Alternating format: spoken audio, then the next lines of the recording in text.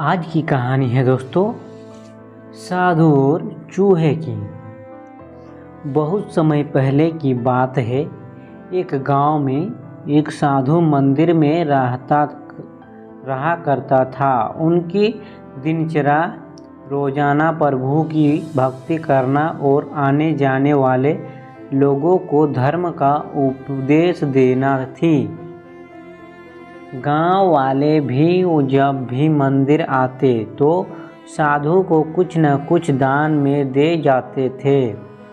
इसीलिए साधु को भोजन और वस्त्र की कोई कमी नहीं होती थी। रोज भोजन करने के बाद साधु बचा हुआ खाना छीके में रखकर छत से टांग देता था।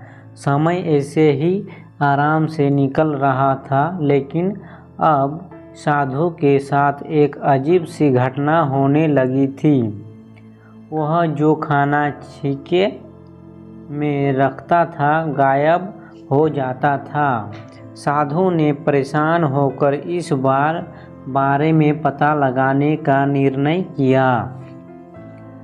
उसने रात को दरवाजे के पीछे से छिपकर देखा कि एक छोटा सा चूहा उसका भोजन निकाल कर ले जाता है। दूसरे दिन उन्होंने छीके को और ऊपर कर दिया ताकि चूहा उस तक ना पहुंच सके, लेकिन यह उपाय भी काम नहीं आया। उन्होंने देखा कि चूहा और ऊंची छलांग लगाकर छीके पर चढ़ जाता और भोजन निकाल लेता था। अब साधु चूहे से परेशान रहने लगा था। एक दिन उस मंदिर में एक भिक्षुक आया। उसने साधु को परेशान देखा और उसकी परेशानी का कारण पूछा तो साधु ने भिक्षुक को पूरा किस्सा सुना दिया।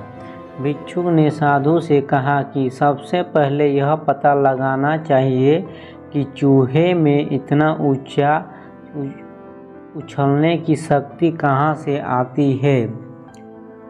उसी रात भिक्षुक और साधु दोनों ने मिलकर पता लगाना चाहा कि आखिर चूहा भोजन कहाँ ले जाता है।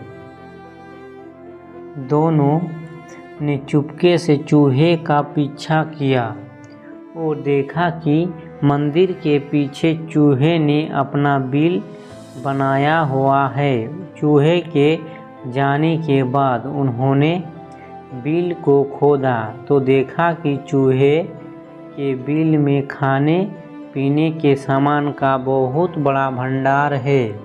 तब भिक्षुक ने कहा कि इसी वजह से ही चूहे में इतना ऊपर उछलने की शक्ति आती है।